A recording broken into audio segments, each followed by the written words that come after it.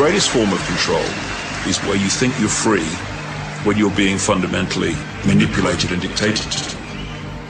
One form of dictatorship is being in a prison cell and you can see the bars and touch it. The other one is sitting in a prison cell but you can't see the bar, you think you're free. What the human race is suffering from is mass hypnosis. We are being hypnotized by people like this. Newsreaders, politicians, teachers, lecturers. We are in a country and in a world that is being run by unbelievably sick people. The chasm between what we're told is going on and what is really going on is absolutely enormous. You are tuned in to another episode of the Red Pill Hardcore. And as usual, I'm your host, V. And, you know, I've got JoAnne Denison on the air with me. Again, we had to make this a part 2 because this information is so vital. And we want to work on solutions for this stuff. And, you know, something that was said was hit these guys in their pockets. Is something that we really should do. JoAnne, are you there? Yeah, I'm here. And I think we talked about this a little bit. I am more of the feeling that we really should always take the high road. So hitting them in the pockets is not really what we want to do. We want to expose the corruption. We want to get the government information and the data, which I think as taxpayers we are entitled to do so. So I don't see anything illegal with getting into those computers and downloading the data and finding out whether or not there is actually corruption going on. For example, we talked a little bit about the fact that in Chicago we have a presiding judge, Timothy Evans, who's in charge of the Cook County court system, which is the largest court system in the United States. There are hundreds of courts, and I believe about 500 judges. And I believe, I am told from FBI agents that have looked at this but have not been able to get it successfully prosecuted, that 95% of the circuit court judges have taken bribes according to their bank records, and they are corrupt. And when they looked at the federal court judges, they found out that 85% of the federal court judges had taken bribes and had been corrupt. And I think, we had also talked about the fact that even if a judge takes a dime, $5, whatever they take, and it changes their mind on the outcome of a case, that judge needs to be removed from the bench. They should have scrupulous morals and integrity. Okay, but when the system wants to punish civilians for whatever crime, or if they've even committed a crime, what do? They put us in jail or they fine us. So these people only understand their own game. This is all they understand. So see, but I don't think they look that way. And I think, because remember, when you're talking about judges and lawyers and people like that, the people who are really in positions of power, who have the intellect and the education to do this, I think the people have more of a gut reaction, but these people take it more on an intellectual level. They don't want to be embarrassed. They don't want to be put in prison. That's really what they fear, okay? That's what they don't want to be doing. And I think that the way you overcome that is to actually get the records that our government holds that they do not give to us currently. For instance, I think it's a shame and a scam. Across the nation, there are all these courts that have been operating for decades now. They have documents scanned in, all of our pleadings, all of our documents, and you can go pull a paper file, but you can't, it's not on the internet, and it's not on there for a reasonable price. The federal government does it on Pacer. They brought in Pacer in 2000, and that was a godsend, because that was the end of tampering with files and all kinds of hooey-fooey that goes on in court. Somehow, the federal government managed to put all the court documents online for 8 cents a page. But our state courts withhold those files, and I can tell you why. It's because I have been there in the various departments, Chancery, which does foreclosures, the Law Division, you pull these files, you quickly find that there are fake foreclosures, there are fake mortgages. And that's for the purpose of politicians laundering money and pulling all kinds of nefarious conduct, illegal conduct. It even gets into the sex trade with all these fake things that are going on in court. And if those were published, now all of these politicians are going to have a big problem, because it's going to show that these huge condo projects that were put up in Chicago to generate revenue and all that, they weren't funded properly. They have a whole bunch of purchasers that don't really exist or don't even know that they purchased a property, and it was done by the developers in league with the banks to create fake mortgages and phony records and then have a phony foreclosure. And obviously the court system knows about it. There's a lot of lawyers that know about it. That's all fraud and corruption on the government. And it really comes back to the people. We're being defrauded. We're losing the money. So by putting the court records online, that's the first place we should start. And it should be done right now. They're not doing it. I don't see why anybody really shouldn't go in there and put the damn things online. Get a docket sheet and put them online, get the whole thing. And if Dorothy Brown someday catches up to this, then she can have her 8 cents a page. But right now, the Illinois State Legislature says we have to pay 25 cents a page for the first 10 pages, and then some ridiculous amount to get our own damn court documents online. That's ridiculous. And those court documents have to be put online. So if anybody's going to look for data to gather, I would definitely do that and put it online. The next thing I would go after, and of course I would say do it confidentially, are the judges' bank records. And if they show that there are bribes being taken and disseminated to them, that needs to be put online. I don't know, WikiLeaks or whatever, but I got news for you. It needs to be done, especially when the word is on the street, 95% of our state court judges, our Cook County judges, of course it's Cook County, right? That's our joke. And 95% of the federal court judges in the Northern District of Illinois are corrupt. We got a problem there. And I don't care if somebody finds those records and publishes them, and it shows that there are phony mortgage payoffs. One person takes out a mortgage, the judge, and then another person pays it off so they can get a favor in court. That needs to be exposed. So if you have your hacktivists out there, please don't go out and lien the judge's property records. I don't even know, hack their computers, whatever you're doing, jam their fax lines. Don't do that. Well, get them where the corruption is and get it out there and demand the Department of Justice do something. These people don't belong on the bench. They belong in federal prison, and this is what we need to do. Well, I'll tell you, there are people, targeted individuals, people who have been targeted with some sort of killer plot that's put on them, Yeah, you know what? I got to tell you, several times driving on the expressway, I got blocked in, and some heavy object hit my windshield, right? But you know what? I'm not going to go and hunt down the person that did that and have any retribution to him, because I know that he is just a cog in the system. But what I'm getting at, though, is that he probably got told to do it. I'm going after the judges. Well, but what I'm getting at here is that, these people often have, property in their name. Their Social Security numbers have been used, and there's property over here. This corporation's used that, and there's this fake property everywhere that exists on paper. And there's these trust funds who they're in people's names. They do this to a lot of whistleblower agents. I mean, this is where I'm getting the information from. For example, like Karen Stewart, who is a retired NSA agent, and they put the hit on her. There's a trust fund in her name.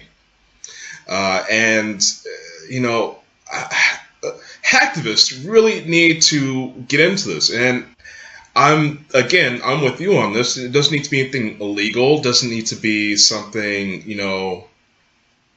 tremendously overdone. But these people need to be doxxed. These people, need to have their records public. If you're a public servant, from police officer to the president, your records need to be public.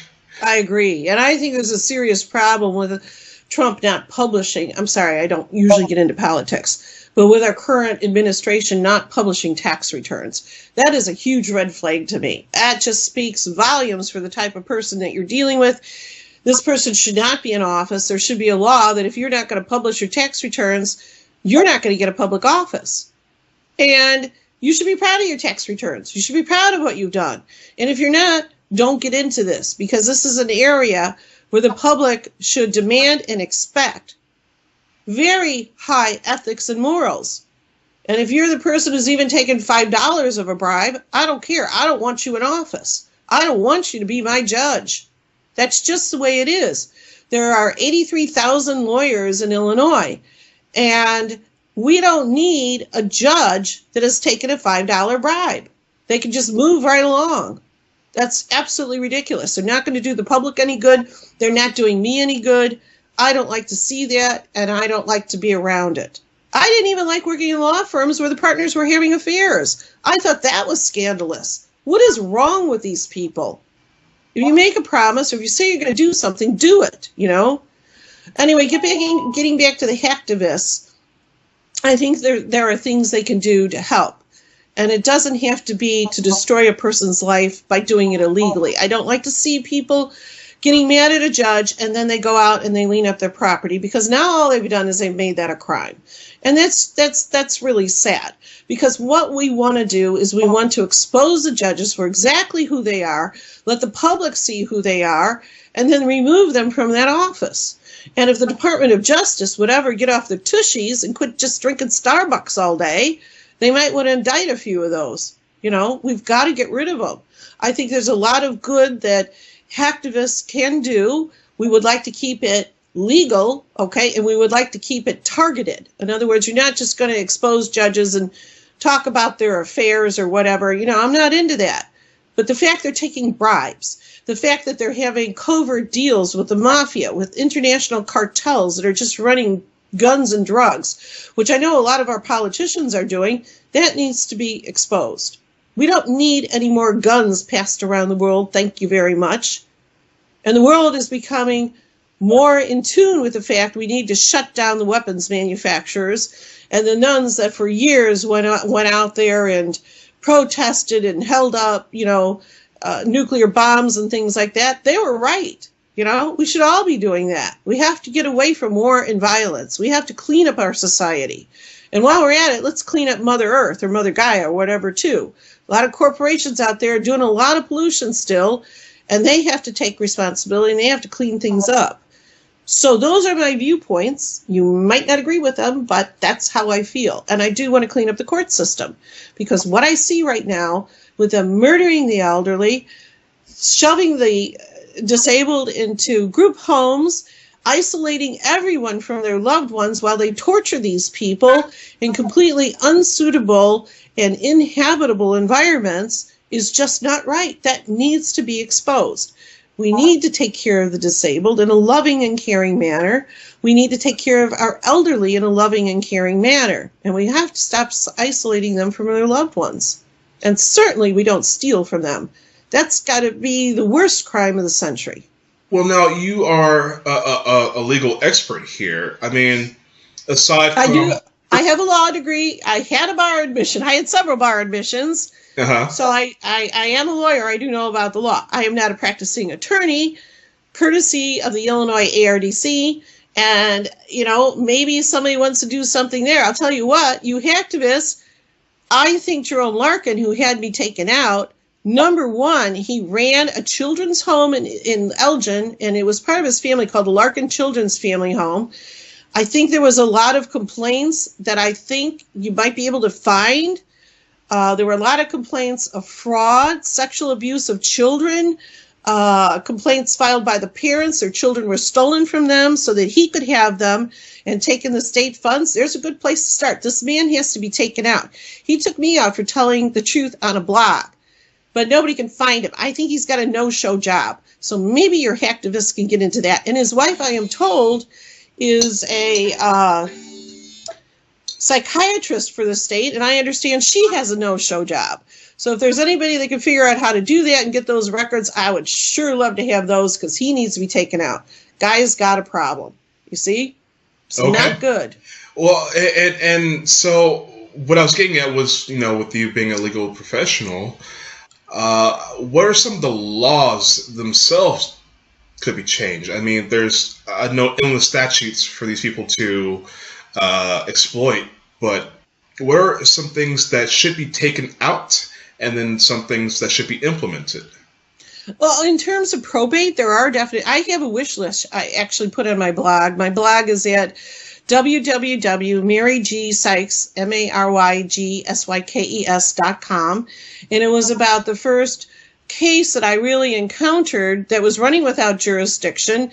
There was $1 million missing in gold coins. They tried to suppress that at my ARDC trial. We actually got copies of the bank records that the guardian had emptied a safe deposit box without a court order. You're supposed to have that.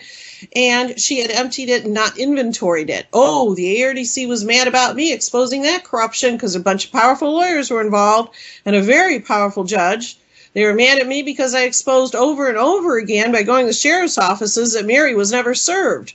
And you have to serve a person to take jurisdiction of a case. I hope everybody knows that. So some of the laws that we could put in place, and like I say, I do have a wish list, but it starts by videotaping these people being informed of their rights, which they are required to know about by law, receiving their rights in large bold print, which of course they don't do now, making sure that the court-appointed physician is doing an adequate exam, which they're not doing now. They take away their glasses, their dentures. Anyway, they give them drugs. They could be drugged at the time that they're taking the competency exam, which they do now. That we have to put an end to. More videotaping. These GALs, we caught one just a few weeks ago going out there and telling the elderly person, you don't have to come to court. You don't want to go to court. It's worse if you come to court. Well, that's kids for cash all over again. It's telling people to waive their rights, even when the person is sitting there saying, I want to go to court, and I don't want the Office of State Guardian, the Office of Public Guardian to be my guardian. So all of those waivers of rights should be videotaped. In fact, the entire interview with the elderly person, which they are required by law to do, because the judge can't come out to the person's house. The judges don't travel. So they appoint somebody called a GAL. I think you're probably familiar with the perfidy of many GALs, right? They just have a frugality with the truth. That has to be tape recorded because there's a lot of corrupt, unscrupulous GALs out there. They're a huge problem in this whole system. People can only waive their rights, I think, on tape and knowingly, and they can take back those rights, I think, at any time by just making another tape. And the way they do that is by isolating family members from them, whereas family members should be able to make their tapes and all that.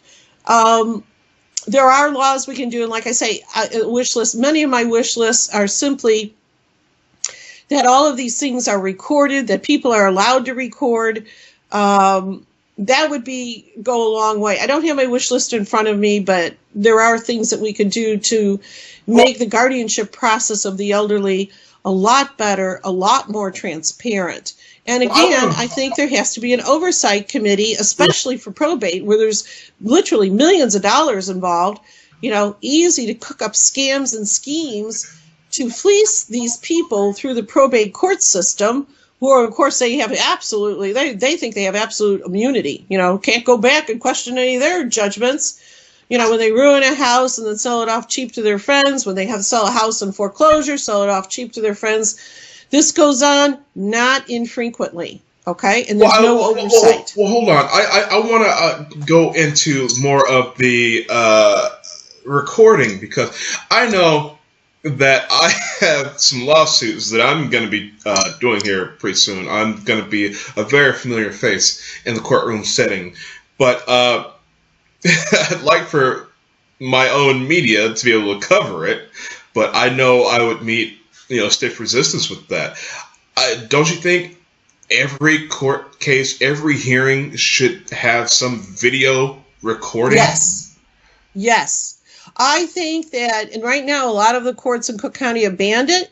You can't bring in your tablet. You can't bring in your cell phone. When I used to go to court, they would give you this little ID, just this little ID, and, you would show it, and then they would let you through, and you didn't have to go through, the searches or whatever over with the long lines.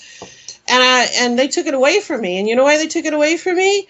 Because I was told the deputy in court that I had a constitutional right to blog about a case and take notes if I wanted to. That's why they took Sheriff Thomas J. Dart of Cook County took away my ID for explaining my constitutional rights to a deputy in court. The other thing they do is they gangbang people in court. This is really interesting. If you're in there and you tell the judge that the court or the decision or somebody is corrupt or somebody's stealing, right away the judge pushes a button and he gets surrounded by all these deputies. And every once in a while, if you don't take and sometimes they'll take you out in the hall, then they'll tell you leave and don't come back. Every once in a while, not only will they tell you to leave and not come back because the case is corrupt and they don't need you there, but they will beat the crap out of you in the hallway too. I just had a case of that. Slammed a woman into the hallway wall. It's concrete, right? It's concrete in our court system. Right. And then they went and they arrested her. And then when they got back downstairs, she's an older woman. She's 45. You don't slam some 45-year-old woman into a wall without probably doing some serious damage, right? Right. Slammed her into a wall. They yanked her and dragged her downstairs into their little, whatever that hidey hole is downstairs. I've not been down there. A little jail down there. And they handcuffed her to a pole. She was having heart palpitations. They told her she couldn't have her heart medicine. They were searching her bag. They couldn't find an ID. So they started screaming and yelling at her, where's her ID? And can somebody bring her ID? And she's like, no, I live by myself and I left it at home. I don't need it for this court building. They were furious and, they did everything they could. They started threatening her and everything. But eventually they took her back upstairs to the judge. She had a court call. It was a corrupt judge. She lost her custody of her daughter to some felon, some thug with now, how did that happen? He's got a 10-page rap sheet for selling drugs, beating people up, gun violations, the whole 9 yards. How did he get custody of a little girl? How did he get custody? This was shown to the judge. And not only that, he got custody in a court order that wasn't even on a court date. How did that happen? I published that too. How did this happen? We want to know. And every time she's got to see her daughter, she has to pay $500 a day for a court supervisor. This judge has got to be really, really corrupt. He's got to be. And I'm told he is. His property records are all screwed up. I mean, I could see that. He's obviously in league with some cartel. I don't know. But of course, she comes to court to change custody. And they gangbang her. They get her out in the hall. They slam her up against the wall, doing permanent back and nerve damage. So now her right arm is weak. It can't hold anything. This is typical modus operandi in the circuit court. Oh, yeah. I'm sure you've heard of it. You've heard of it, right? I've seen it. Yeah. I've seen and it then myself. They bring her up to court, and the judge goes, are you going to press any charges against you? No, Your Honor. We couldn't even find an ID. Well, that tells you something. Don't bring an ID to court because then they're going to press charges for something you obviously didn't do. Right. I think the only thing she told I don't know what, if anything, she did because, of course, there's supposed to be an incident report for things like this. The incident report is always missing. We FOIA'd it. It's missing. They did this to another litigant. They threatened to go out because they wanted to know where her money was so the probate attorneys could get it. Right? She's the daughter in the Mary G. Sykes case. The judge handcuffed her to a table in her back room and then had the deputies threaten to go pick up her pets, all of her pets, and have them euthanized at the city pound if she didn't say where her money was, so that the court could seize the money and then give it to the attorneys.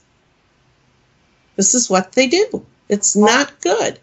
And I caught that judge lying at my trial. The transcript got changed. How many times have we heard of the changed transcripts, right? All over the place. And I actually know a court reporter who told me she quit because she was told to change a transcript, and she said no. And the name of the lady who was in charge of making the court reporters change the transcripts. Her name is Marilyn Fishborough. She makes $160,000 as a court reporter, never transcribes anything. But that's her state salary. How is that? I would like to know. See, V, when you get into it with me, it's never ending. I've been doing this now for 5 years. It just gets worse and worse, higher and higher. I send complaints all the way up to the ladder, to the White House. We always send whitehouse at whitehouse.gov, Department of Justice, ask DOJ at doj.gov. We send it all over the place. Do we hear a peep from any of these people when we get these complaints? No, we never hear a peep. Nobody ever says, thank you for contacting us. We're going to look into that and investigate and make sure that there are no crimes that have been committed. We never hear that. Never, ever, ever. Nope. My little joke about this is it's the Department of Justice, the departing of justice. You're not going to see it. That's a good one. I got some. And I love, when I lived in California, I love they called it the criminal justice system. If you just think about that. So yeah, California justice system would be the criminal justice system. We don't have Cook County. We have Cook County, the ARDC, Attorney Registration and Disciplinary Committee. And this is from a probate victim. She's supposed to be incompetent. You know what she told me? Attorneys that are really dicks and cunts. I thought that was good. There's so many of them. And then we had their guardians. No, they're guardians of death and demise. Oh, yeah, I get a lot of that stuff. The names they give the attorneys are even funnier, too. So it's a bad system. We got to clean it up. We got to have oversight. We got to have some people in there to kick butt. And the whistleblowers have to be protected. Because, you know, whenever I used to file things at the Illinois Supreme Court, I used to ask them to declare me a protected whistleblower. Never heard anything on that, for sure. You know, state employees are protected. But an attorney that is whistleblowing on a state system is not protected. And I think we need a whistleblower law for attorneys. For me, for Ken. There's another black guy. They took away his law license because he outed corruption. You want to hear his case? Judge Lynn Egan. Judge Lynn Egan's brother was a lawyer. He had a law practice. This attorney Amu, who was black, a Nigerian immigrant who was working for all kinds of African immigrants, God bless him, nicest guy, right? He's representing people that would never otherwise have an attorney. So, you know, the court system doesn't like him. He's got all those unwashed bodies coming before him nobody likes, right? I'm like, you guys are nuts, right? And by the way, I have actually represented the homeless in court, and I have had court employees and the judges even say to me, did you know he smells? And did you know that he's dirty? And I go, this is not the first homeless person I have ever represented, and it's not going to be the last. And for the court employees, I would say, if it offends you, you know, you could leave the courtroom, but he actually has a constitutional right to be here with me. Yes. This is our court system telling me my client, my pro bono client, is smelly and dirty, and did I notice? Okay. Well, you know, I was going to ask. So, crazy. It's like the craziest thing you've ever heard. Well, my thing is, I've heard you say over and over, you know, you sent in this paperwork, you filed this, and there's like no response. Isn't there a process, or at least should there be a process in when, you know, you, after so many non-responses of, you know, legitimate, you know, concerns being brought to an agency, courtroom, etc., that, you know, there should be something filled out to where, okay, you guys had your chance to look at this, you've ignored me, well, here's this paperwork, now you have to look at it. Is there anything like that, or is it just... Well, it's basically our court system. You have to go back and sue them, and I can tell you the stories. So there we had a Polish lady in Chicago, and she was really sweet and little, and she worked as a bartender. And this one night, this Chicago police officer was drunk, and she refused to serve him. So he flew into a rage, hopped over the bar, and beat the shit out of her. Got her down on the ground, choking and punching her and kicking her. And I think eventually somebody pulled our Chicago's finest off of her, but not before she was severely injured and spent about 3 or 4 weeks in ICU. You know, he got her spleen and her kidneys and all this crap. Fortunately, As all good bars in Chicago, for the riffraff, they have security video. And the owner made sure that her attorney got the security video because the police were after it. And he was sure to make a copy before he gave it to the police because, that video disappeared. Isn't that amazing? All right. Yeah. Then her attorney, a very smart move because she's got to get into federal court. He went and he filed numerous complaints. Of course, they were all lost. How does that happen? But he's got the receipts for it. You either send them in certified mail or mail with tracking. So he went into court, and of course, he pled, and this is such a serious case, he pled this was pattern and practice of the Chicago Police Department. Our Mayor, Rahm Emanuel, had a fit, and they were looking to settle with the lady after the jury came back and awarded her like $500,000 for this. And the settlement said that if she wanted $500,000 and not take it up on appeal, she would have to drop the charge of pattern and practice because it's dangerous. It sets a precedent for all the other cases to directly sue the county. Rahm Emanuel got in there like the little idiot dickhead he is, excuse my language, and he said that she had to take that out. So she did, but the word got out on the street. So by the time she went before the judge put it all back in. So that was good. Justice was done somehow at the Northern District of Illinois. But the important part about it is when you send in those complaints, you track them. You keep track of them because when you have your case in court before the jury, which is what everybody should do, there should be no settling of these cases. There should be no gag orders. Take them to a jury. Tell your story because that's the only way we're going to get rid of this cancer that's invaded our courts. And that's good. That are dismissed, that are when you say they're lost and all that, that shows a veniality on the part of the defendant entitling you to punitive damages. So those are very important. Yes. File your complaints. And it's very important. But we got to take a quick pause for.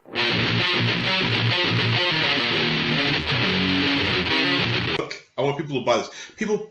Buy Lou Garino's book. Yeah, guys, it's on Amazon. You can check it out by the author, Lou Garino, Garino. You can go to my Facebook page, Business Newsmakers. You can order it on there. You can go to Amazon. The book is called Fear and Loathing, Voting in America 2016. But it's more than just a voting book and about apathy. It's about how we got to this point in history. So it could be relevant in 2020 as well. How did we get here right now? What were the set of circumstances politically and socially that melted to this point where our country is the way it is right now? Where they have divided us, and when I say they, we are not divided amongst ourselves. We are united, man. I live in one of the most culturally diverse cities in America, in the world, Houston, Texas. People open the door for each other. Yes, sir. Yes, ma'am. Howdy. There's no hate. It's all what they're selling on TV through their psychological operations. So it's all about that. It's all about how the Clintons came to power, the Bushes, you name it, guys. Fear and Loathing, Voting in America 2016. It's a must read. It gives you a different look as opposed to the partisan views. It gives you an anti-partisan view about how this country started without any parties whatsoever, and about how they collaborated to take control of our country. So you get a chance, give it a read. It's not too long. It's not War and Peace. I make the points rather quickly. Fear and Loathing, Voting in America 2016. And I also want to encourage you to stay tuned to his new television show that is enlightening the world. It's illuminating the people that are illuminating us. So we've got to stay true. We've got to seek the truth, and we've got to keep endlessly seeking the truth. So stay tuned, guys, and keep watching. Think there isn't much difference between emergency food companies? We bought competing products from recognized brands so we could show you a very simple comparison to Legacy Premium.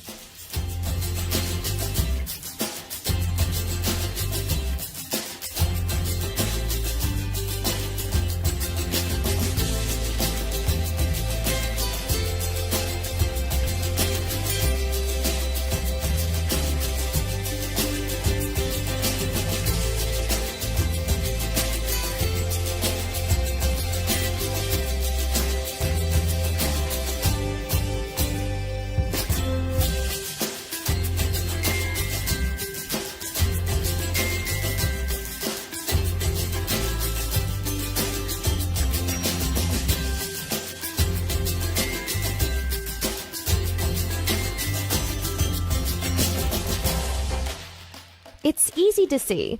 Legacy not only gives you more food for your money, but Legacy is non-GMO and tastes great.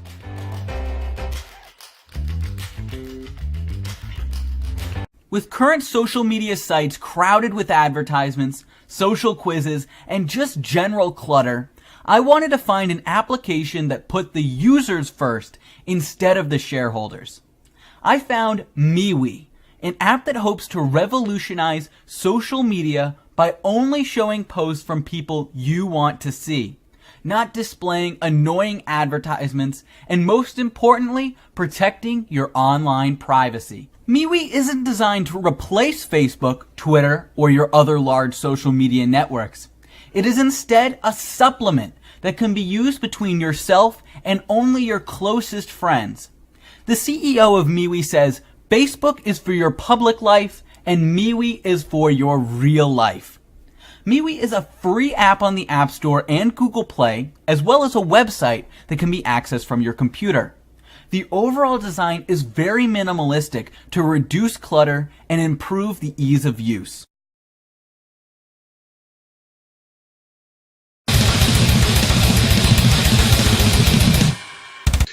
Okay, and we are back for the second half hour of the show.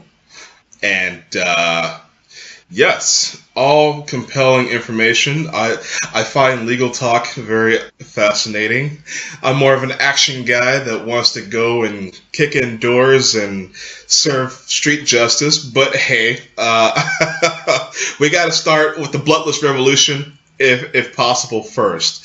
JoAnne, well, I think all you need is a little bit of direction, and I can give you a very effective to-do list that will be mostly legal. It's not going to get you in a lot of trouble, but it will get you to the point where you want to be. And of course, we always want to go the nonviolence, no criminal activity route first, because if they're going to go after anybody, they're going to go after you and me. So I think we need to have our to-do list. There's a lot of things to do that can really expose this stuff, take these people out.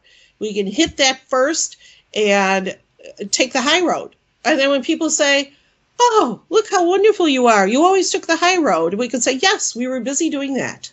And then we don't have to worry about the rest of it. Okay? And if all that fails, there's a Second Amendment. But no, okay, just.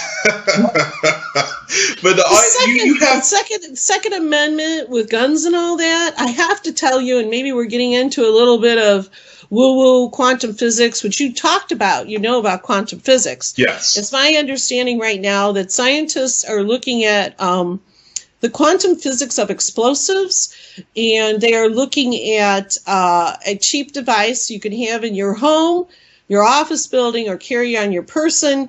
And it is based in quantum physics, which is targeted magnets, lights, and sound frequency generation, sound waves, right? And there will not be anything that it can explode on or near you. So that is coming. So all of these politicians that think they're going to blow something up, if everybody has one of these in their neighborhood, they can drop that bomb, but it's not going to do anything. Okay? That is coming. You're talking about scalar shielding. Yes. Yes, and it is coming. It's in the works. And what's going to happen after that is there's not going to be any more war. That's what I'm told. So, it's going to be interesting to see the Pentagon's excuse for spending all this money on stuff that doesn't work, and politicians who are kowtowing to the financial interests of war profiteers. That's going to be interesting, but not my problem. I don't care. So peace and love, which I have prayed for at least 40 decades, is coming, okay? It took 40 years of me and a bunch of people praying, but it is coming. So there you go. I hope you're right, I think it's coming. I think that people will be able to carry something on, because even if somebody shoots you, it's not the bullet passing through you necessarily that will kill you. It is the fact that once it touches your body, it explodes, and it does a ton of damage. I mean, I think you know that, right?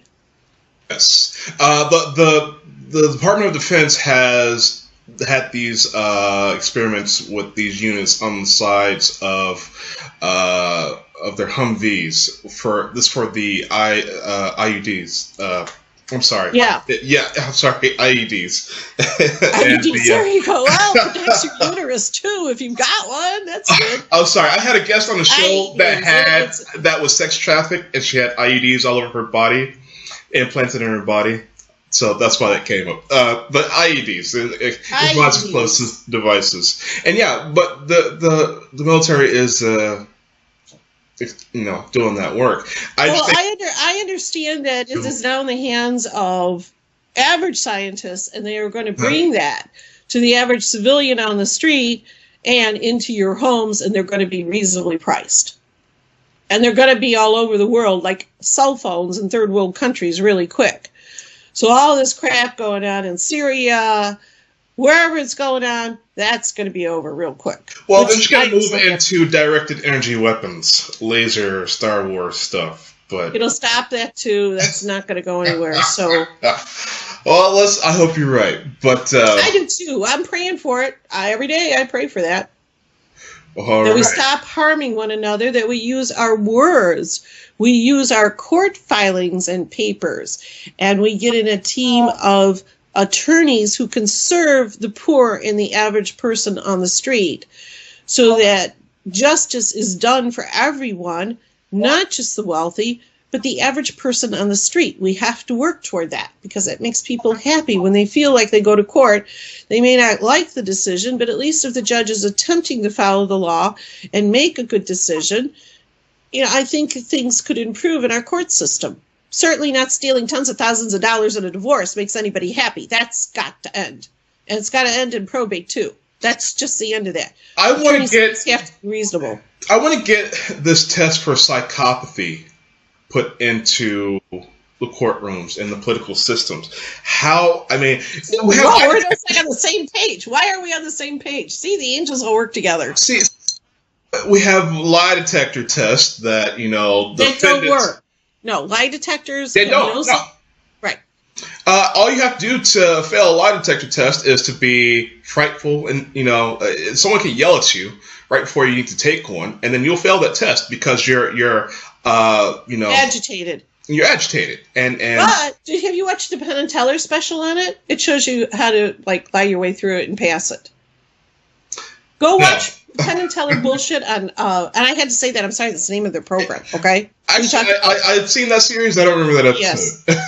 No, I don't like it that much either, but they do have some really good shows, and one of them is a lie detector, and they do a really good job of it. They show how it actually works, how you get the person all worked up, and then the person who's, quote, certified in an unscientific crazy test, because there's no way you can tell a person is lying from the sweat on their palms, their blood pressure, or their heartbeat. No way you can tell whether or not a person's lying. However, the PET brain scan, as you know, uses targeted glucose, which is the fuel or the food for the brain, and we have mapped the brain. So people that don't use areas of their brain for love, kindness, tenderness, sympathy, empathy, and understanding, those people are psychopaths.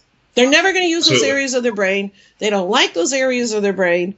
They use the areas of their brain. Their brain activity is used with war, torture, violence, humiliation, nastiness, and bullying. Right? Am I right? Absolutely. We have that mapped out.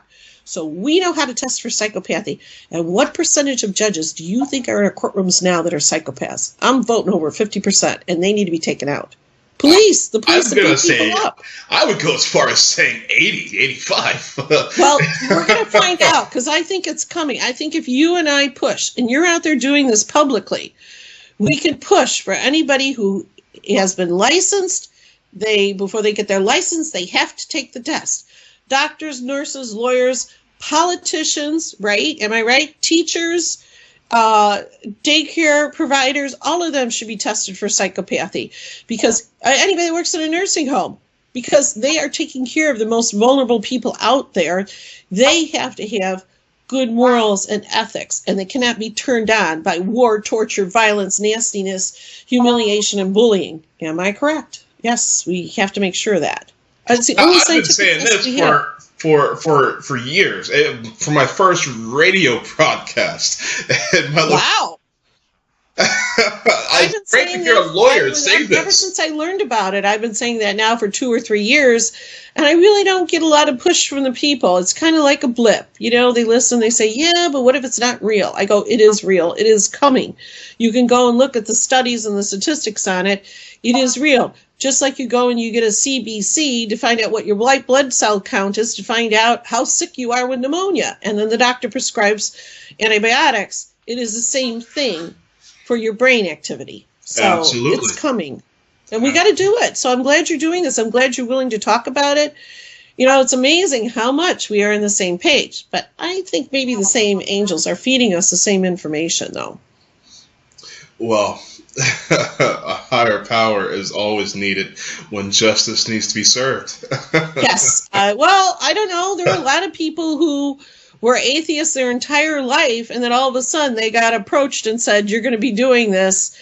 You know, stop what you're doing and start doing this, because all of a sudden you're a light worker and you're going to save the world. So sometimes that happens too. You never know what's going to happen in life, right? Never know. That's what makes it so much fun. Never know. So what is the future of your can I call it a practice? Your activism? Because, I mean, as long as there is a person who calls me up crying about what happened in court and there was some form of corruption, I'm not going anywhere and I'm not doing anything. All I ask people to do is to make a donation. That's all I ask for, okay? I help them report to the authorities. I help their attorneys put together cases, or I'll find somebody. I have to have a supervisor now that they booted me out of their lovely little garden club, right? Because I don't fit in. I tell the truth. Imagine that, going to court and telling the truth. Can't have that, right? Right. So I still continue to do what I've done before. I've always been the type of person, never made much as a lawyer, because I always took these cases, these highly sympathetic cases, and then there's corruption, and I've just always struggled. So I'm used to this. It's like no big deal. I keep my rent low and things cheap, and my house is pretty much paid for, so, you know, I'm older. I can do this. My kids are grown. I don't worry about them. I don't worry as much about them coming after my kids. They're all tech savvy. They're all cameras and crap up all over the place. My house is loaded with cameras. My computers, my sons have them set up so that they are as immune as can be from attack. My kids are into that. You know, they take care of me, so we're okay. Hey, I might need some of their services. Yeah. The only problem is now my son works for a living. So he's going to say, you're going to have to buy a ticket. Sometimes he'll tell me that, and I go, you're going to have to give back all the breast milk and dirty diapers. How about that, kid? Pretty funny. So, there you go. Yes, indeed. That's right. You don't talk to me like that, man. Because I slogged through raising you from a puppy to a full-grown human adult being that got a job, made it through college, and is out on their own. If you think that's easy, you try it someday. Oh, I don't want to have kids. That's a lot of work, Mom. Yeah, okay, you're young. It'll be fine. It's too funny. It's a lot of work. Yeah, You were a definite example of that. Well, you know, I'd like to have you officially a part of my show. I mean, victims come to me all the time, and that's fine. I can always refer them to you. Yes, refer them to me. I'm available 24/7. I try to get a few hours of sleep a day, but if somebody calls me up and they're really in distress and all that, I will take the call. The best thing to do is to get your court documents together, get them scanned in, labeled. Please label them with the date, your name, and the title of the pleading. Get them loaded up into G Drive. Share it with me. I can quickly go through the court documents, and then I can advise you on what, even if you had an attorney, would never tell you. And it's easier for me with pro se people, because pro se people will file the truth. They don't hesitate for a second.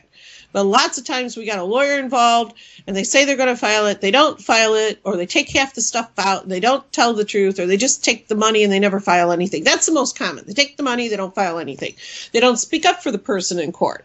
They won't tell the judge, hey, Your Honor, you know, she's in this dirty, crappy nursing home that smells. You need to get her out of there. She really wants to go home. Stop the sale of the house. See, you know, they don't want to say that. You know, the attorneys are going to make money. They sell the house, take their attorney's fees out of it. But somebody's got to tell the judge it's wrong. So, yeah, send me the victims. I'd love to help them. I'd love to counsel them. I'd love to hold their hand. I spend a lot of time on the phone. I do Skype any way I can take care of them and make this process less horrendous, because it is a horrendous, awful process. I don't turn anybody away because you can't pay. Whatever you can donate, that's great. But I don't turn away. I've got a lot of clients I've done a lot of work for. I haven't seen a dime. Not only that, I have actually given them books and things that will help them that I have paid for. So you figure that one out, right? Now, they're all sitting in warm houses with cell phones, and sometimes I'll question them on that. Don't you think you should make a donation once in a while? I mean, I know she got a cell phone, you got internet, you got a house, you could, like, help me out a little. Oh, no, I got to save it because they're going to take all my money in this litigation. I go, okay, fine. Okay, that's your decision. Okay.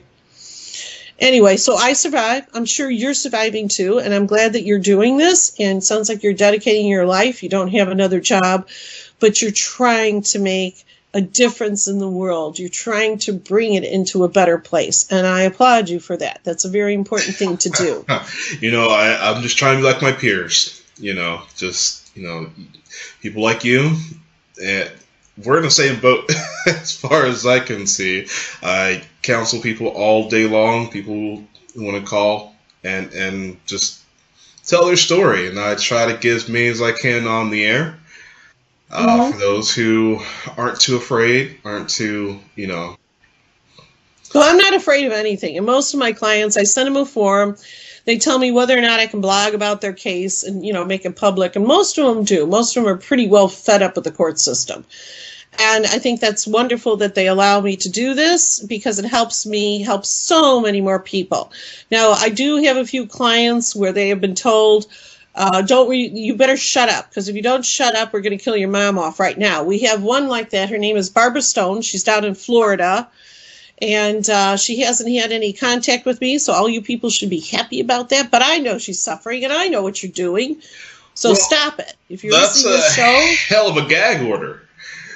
No, well, it's not a gag order. They didn't put anything in writing. Right. Barbara Stone had been, when I met her, she had been arrested a number of times. She was wearing 2 or 3 ankle bracelets, and they were all over her butt like flies to a dead corpse. They were all over her. They were furious with her. Mm-hmm. She was going to the FBI. She was going to all state's attorneys. She was telling them they're murdering her mother, which they were doing. They removed her from her home. This is an interesting story, a typical story. Barbara Stone's brother stole $600,000 from Mom's checking account. So Barbara's like asking the attorneys up in New York, what should I do? And they go, you're going to have to file a guardianship. So she went down to Florida to get and she didn't know anything about this. She doesn't know what you and I know, right? She goes down to Florida. She hires an attorney. He files for a guardianship. And he says, you can't be guardian because you're from New York. So they go ahead and appoint the psychopathic cousin. Doesn't like the mother. Mother doesn't like her. Now, that's kind of rare because the court generally doesn't like to appoint anybody that the elderly person objects to. But, of course, if everybody covers all that up and doesn't say anything, that's what happens. So from there, Barbara had lived at the home with her mother. She would come down several times a year and spend like 3 or 4 weeks with her. Barbara was an attorney.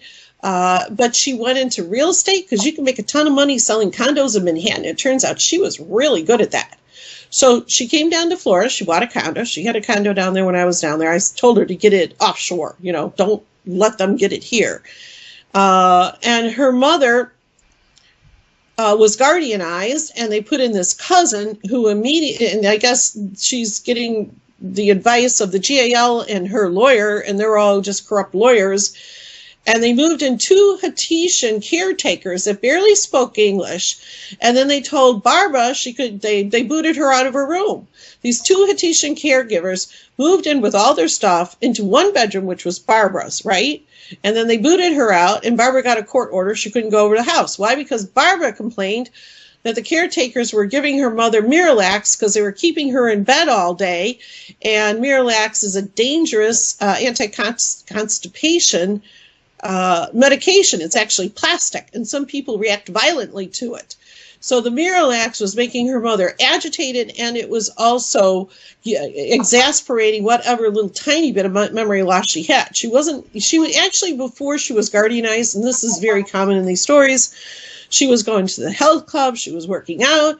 She was going to lunches with her friends. You know, she was an active senior at the age of 70. She wasn't that bad off at all. But they get a hold of her and they start drugging her. And, of course, these psychotropic drugs ruin your brain. And they gave her Miralax and all kinds of things. And Barbara reported it to the court. She reported that, according to the FDA, you're not to give Miralax to the elderly. So what does the judge do? He charges her with interfering with the care and custody of an elderly person and has her charged, and she ends up with an ankle bracelet. So we go along. She gets some visitation. She visits with her mother, and her mother wants to stay out all day shopping. Well, the nursing home went and called the guardian, who called the GAL and said that the mother had been out too long from her home. And so they sent the police out looking for her, and they had stopped at a hotel to swim or whatever for the afternoon. It's her mother, right? So they stopped there, and they actually had the police come and arrest the two of them. And Mom went back to her home with the Haitian caregivers who were treating her like crap, right? And Barbara got another ankle bracelet. Imagine, visiting with your own mother gets you arrested and charged down in Florida, right? So then the third, and I've seen all the court records, and it was even worse because when you go and pull the criminal court records in Florida, half of them are missing. She said, that's corruption, right? It's just the court records are missing. Absolutely. Because they don't want anybody to know. They're arresting people for merely visiting with their elderly mother, right? It's crazy crap. So anyway, so all the police records are missing, the prosecutor's notes are missing, all this crap. And because Barbara would then complain during these criminal proceedings that the Haitian caregivers were giving her mother bruises, they were pinching her, they were giving her non-FDA approved drugs, all this kind of crap. She's telling the criminal court judge that puts it in the file, and then it goes missing out of the file, right? It's typical crap. And I saw it. I was down there. I mean, I saw all this stuff, and I blogged about it, and I'm sure I know they had a fit about it. I think they told me to remove stuff off the blog, but I take those letters and throw them in the trash. So if there's anybody out there listening to what I write on the blog, if it's the truth and you write to me, I do not take cease and desist letters. Don't even bother with them. You're wasting your time. I don't care. All right? You're the same way, right, V? You don't take crap down. I don't take anything down. Yeah, well, that's one thing I wanted to talk to you. My son recommended Vimeo. You pay him like $9 a month, but I understand they have a free program. They never take anything down. You got to get your court order. Whereas on Facebook, they'll yank anything for any reason. They're worthless. So Facebook I started putting up the videos of Mary Sykes on Vimeo. That's a little trick my IT son told me. Yes. So if you people out there, you have those videos of the cops beating somebody up or the caretakers beating somebody up and the court protects them, put them on Vimeo. They won't come down. Now, Vimeo doesn't get the traffic of Facebook, but you don't have to worry about it coming down, all right? And that is important in this game, that we get the truth out and we make sure it stays out there. Not that the miscreants can come around behind our backs and take the stuff down. We don't need that, right? We have enough work to do. So anyway, Barbara, eventually what happened was the mother had to go to the ICU. She was severely dehydrated, malnourished. This is after they barred Barbara from seeing her completely. Okay, so then it goes to that. Barbara can't see her mother completely. And, of course, she ends up in ICU for 3 weeks. She had lacerations, contusions, fractures. She had aspirational pneumonia. They were basically trying to kill this woman. She was in the ICU for 3 weeks. Now, what do you think would happen after that? After Barbara complained to the court again, I told you this was going to happen. Now it happened. These people are incompetent, blah, blah, blah, blah, blah, right? You can't mention those words because I have a lot of words for this. So yes. What did Michael Gendon do? That's the judge, Judge Michael Gendon, had Barbara arrested again, okay? And I don't even know what he had her arrested for. She just got arrested. She just got arrested because Michael Gendon called over to the state, his buddies over the prosecutor's office. And you would think they would get rid of the whole crew in the courtroom, right? How did this woman end up in the ICU when she had been under a guardianship? And she was severely beaten, abused, dehydrated, malnourishment, all that kind of stuff. Guess where they send her? Right back to the same place, where she is again found 6 months later with dehydration, malnutrition. Oh, you got to get the UTI in there. They always get dehydration, malnutrition, urinary tract infection, and pneumonia. Well, so what did they do after that? Yeah. After they got her out of the ICU for the second time, they then put her in a nursing home. How nice. And then they sell the condo. Why? Because the caregivers are incompetent, the court is incompetent, the attorneys are incompetent, and who suffers? The mother suffers. So everybody pray for Barbara Stone. She tried to protect her mother. Absolutely. And now she was running all these websites. She had all these websites, all these blogs, get rid of these people. She had filed all these proceedings, which of course her defamation cases were kicked out by the powers that be. And then they finally told her, you say one more thing on a blog or on social media, we're going to kill your mother. She was told that. She recorded it. She went to the FBI with it. Nobody's done anything. Nobody's done anything. No, that's why now she calls me. She'll call me on a track phone, but she hasn't called me in a long time. Well, you know, that sounds like that's what would happen. It's satanic ritual abuse. But I want to thank you for coming onto the show once again. Sure, anytime. Second time around. That's the end of the show here. A few seconds left. So I urge everyone to contact this wonderful activist who is doing such great works. If you have any situations like this, you need to be represented. You have any ideas? You think you can help out? You want to make donations? That would be, great as well. So, again, yeah, that would be wonderful. And thank you so much for having me. And you keep up the good work too, because when you're going up against corruption and trying to clean up the world and the United States like you are, that is work of a very high calling. You know, somebody has a lot of faith and trust in you somewhere. I mean, I always wonder about that, but I keep on going to work and I keep on doing the same thing. So that's what we got to do. That's what we got to do. We got to clean up the world. If the FBI and the state's attorneys aren't going to do it, well, okay, fine, I'll do it. All right. Well, thank you. Right. I got to close out the show. Take care. Have a good evening, all right? All right. Bye.